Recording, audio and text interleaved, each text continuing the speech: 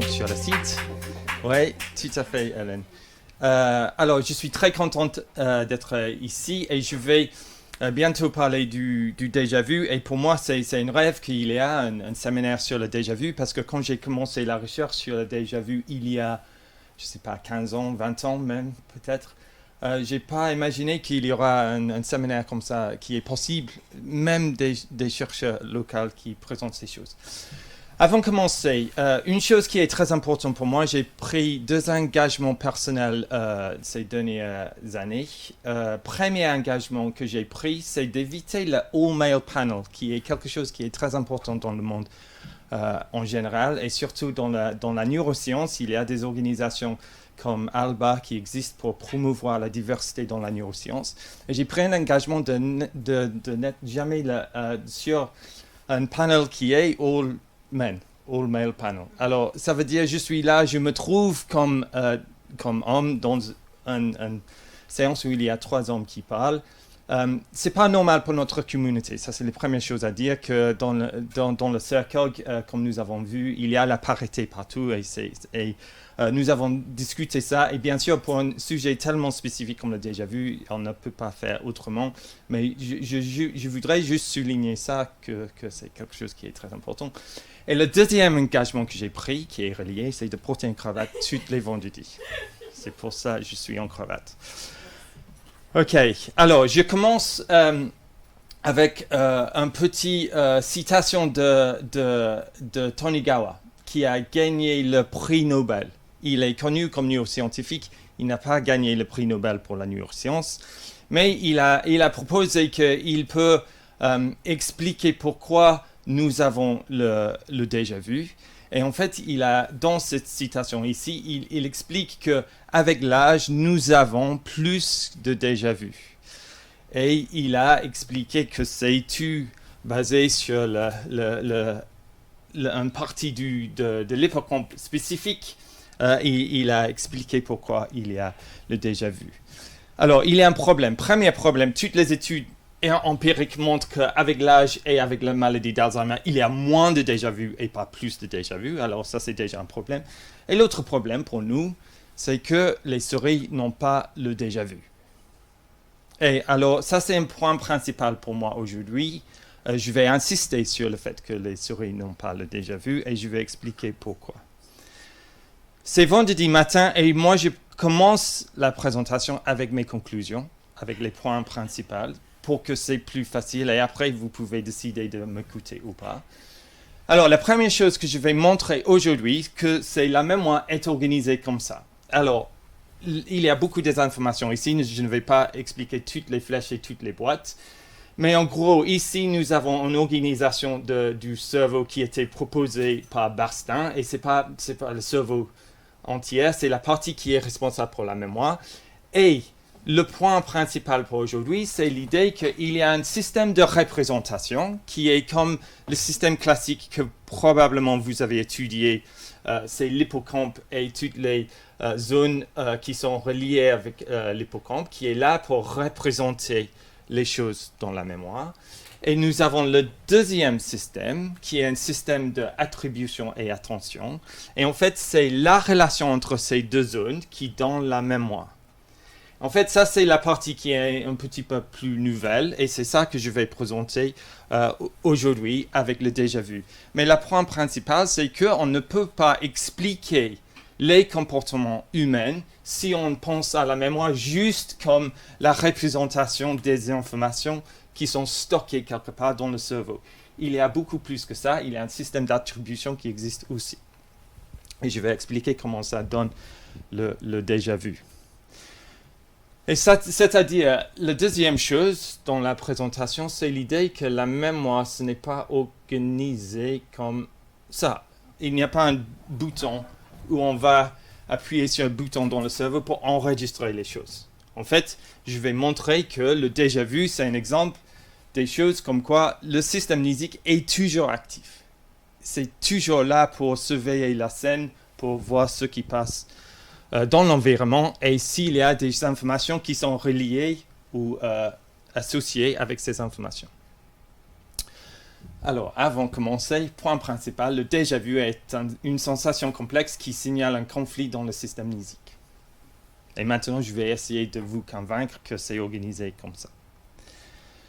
En tant que plan, je vais rapidement parler de déjà-vu quasi constant en présentant un étude de cas ou plusieurs études de cas que j'ai fait. Et après, je vais parler de l'organisation de la mémoire humaine en parlant de la familiarité. Et c'est juste à la moitié de ma présentation, à mi-temps dans la présentation, que je vais présenter les définitions du déjà-vu et un modèle de comment ça fonctionne. Alors, nous commençons en France dans le 19e siècle pour ma présentation avec le travail de Arnaud. Et Arnaud, il était neurologue et pour moi, il était le premier scientifique d'utiliser le terme déjà-vu comme nous utilisons le terme maintenant. Et en fait, il a présenté une étude de cas qu'on a pu traduire en anglais. Il a présenté une étude de cas de quelqu'un qui pense que le même moment se répète en permanence. Et en fait, c'est comme avoir le déjà-vu quasi constant. Et en fait, moi, j'ai publié les autres études de cas comme ça, mais le fait que je ne lis pas le français et que je ne lis pas beaucoup des articles du 19e siècle non plus, j'avais pensé que j'étais la première personne au monde de publier ces cas comme ça. Et mes cas sont pareils. En fait, voici quelques images qui étaient dessinées dans les journaux quand j'ai fait un peu de publicité pour ma recherche. Ces patients, ils pensent que le moment ça se répète en permanence, que en fait ils ont toujours les mêmes conversations, ils ont déjà regardé toutes les émissions télé, qu'il y a les mêmes choses qui sont écrites dans les journaux. C'est pareil pour mes patients et le patient de Arnaud. Et nous avons fait une synthèse de ces cas et je vais juste rapidement présenter ces cas parce que c'était le point de départ pour mon travail sur le déjà-vu. Alors, nous pensons que avec les patients comme ça, ils ont une fausse sensation de récupération des souvenirs. Ça veut dire, ils pensent à tout moment qu'ils sont en train de revivre le même moment, qu'ils vont en fait interpréter l'encodage d'informations comme la récupération d'informations. La chose qui est intéressante avec ces patients, c'est pas tout à fait tout le temps. C'est surtout avec des choses qui sont nouvelles dans l'environnement. Ça veut dire, la sensation de répétition, c'est ironique, mais c'est déclenché par les choses, par la nouveauté. Ça veut dire qu'il y a une confusion entre la nouveauté et la familiarité. Et nous avons un modèle neuroscientifique pour expliquer comment ça peut arriver, mais je ne vais pas présenter ça aujourd'hui. Alors, la chose qui est typique pour les patients de ce type, ça c'est avec mon patient AKP. Il a fait un entretien pour la radio. Et dans cet entretien, la journaliste, il a dit, je suppose que vous pensez que vous avez déjà été interviewé par moi. Et il a dit oui. Et en fait, il a dit oui et il a justifié le rappel ou le souvenir de cet événement avec les justifications. Oui, parce que en fait, il avait l'étagère qui était là, il avait la fenêtre qui était là, et vous étiez là avec la liste de questions sur le genou, etc. Ça veut dire il a utilisé les détails du moment présent pour justifier le rappel, sauf que ce n'était pas le rappel, c'était le moment présent.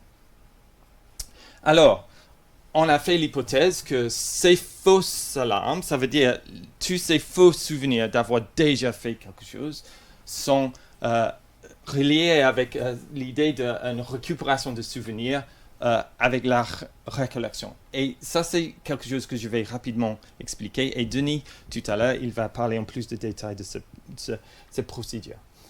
Alors, un peu de neuropsychologie maintenant pour montrer que je suis neuropsychologue. Pour mettre en évidence les troubles de ce type, on utilise les tests de reconnaissance. Dans les tests de reconnaissance, on va présenter une liste des mots. Ça, c'est une toute petite liste des mots avec 3 mots. Normalement, il y a au moins une trentaine des mots. Et dans une phase d'encodage, on va présenter les mots et après, il y a une phase test où on va présenter les mots que les personnes ont déjà vus en vert, comme pipe, et les mots qu'ils n'ont pas vus comme café. Et bien sûr, la tâche pour nos participants, c'est de dire oui ou non s'ils ont vu ou pas les mots. OK? Et on peut classifier les réponses comme les bonnes réponses ou les mauvaises réponses. Il y a 4 combinaisons qui sont possibles, que je n'ai pas dans l'animation, mais on a ici, pipe ici, ces mots qu'ils ont bien vus, alors ça c'est une détection correcte. Nous avons café ici qui n'était pas dans la liste, mais il a dit non, alors ça c'est un rejet correct. Nous avons le mot lion, ça c'est un oubli parce qu'il a bien étudié le mot lion, mais il a dit non, j'ai pas vu le mot lion. Et la faute ou l'erreur qui est le plus intéressante, c'est les fausses alertes de ce type. Il n'a pas vu le mot lait, mais il estime qu'il a vu le mot lait. Et bien sûr, avec les mesures de ce type, on peut mesurer les faux souvenirs comme AKP il a fait. Mais en plus, on peut aussi demander aux participants de justifier leur réponse avec un jugement subjectif. Et je ne suis pas la première personne de faire des choses comme ça. Maintenant, il y a des milliers d'articles scientifiques qui utilisent un procédure de ce type. On va avoir une justification subjective, comme par exemple, je me souviens. Et alors, je me souviens, ça veut dire c'est la remémoration. Et pour un jugement de ce type, on va plutôt dire les choses comme oui, pipe, je me souviens bien, le mot pipe dans la liste parce que j'ai généré une image de mon grand-père qui a toujours fumé une pipe et voilà. Et ça veut dire qu'il y a un contexte, un voyage mental dans le temps pour récupérer les pensées au moment de la phase d'encodage. Et ça, c'est la remémoration. Et nous avons aussi les justifications type ouais, c'est juste familier. Et dans les justifications de ce type, à nouveau, c'est une sensation subjective ou une classification subjective, mais c'est basé juste sur un sentiment. Il n'y a pas les autres informations qui arrivent en tête, c'est simplement le fait, je sais bien que j'ai vu ce mot. Ici, en fait, c'est une fausse alerte, c'est pas le cas, mais en fait, on peut le faire. Ça, c'est quelque chose que je fais et j'imagine tous les enseignants-chercheurs ici présents font la même chose. Dans le tram, j'ai souvent la familiarité pour les visages que je vois. Ça veut dire que je ne peux pas récupérer pourquoi cette personne est familière, mais souvent, je vais juste dire, bah oui, j'imagine c'est un de mes étudiants de licence 3, par exemple. Alors, nous avons souvent cette sensation au quotidien de trouver les choses familières. Ok, oui, comme chat ici. Ça veut dire, pour cette justification de chat qui était dans la liste, ouais, je ne me souviens pas des détails, mais je sais bien que c'était dans la liste. Ok, j'ai expliqué tout ça parce que c'est le paradigme que nous avons utilisé avec nos patients et nous avons testé 13 patients avec ce problème de déjà-vu quasi constant. Toutes les 13, ils ont eu les démences de types différents ou peut-être la MCI, mais je ne vais pas rentrer dans les détails. Ils sont toutes les personnes âgées. Et nous avons fait les expériences de ce type avec des mots haute fréquence ou les mots de basse fréquence, comme mariage comme haute fréquence et baïonnette comme basse fréquence. Et je vais expliquer pourquoi ça c'est important plus tard. Et pour les résultats, nous avons un niveau de reconnaissance qui est altéré chez ces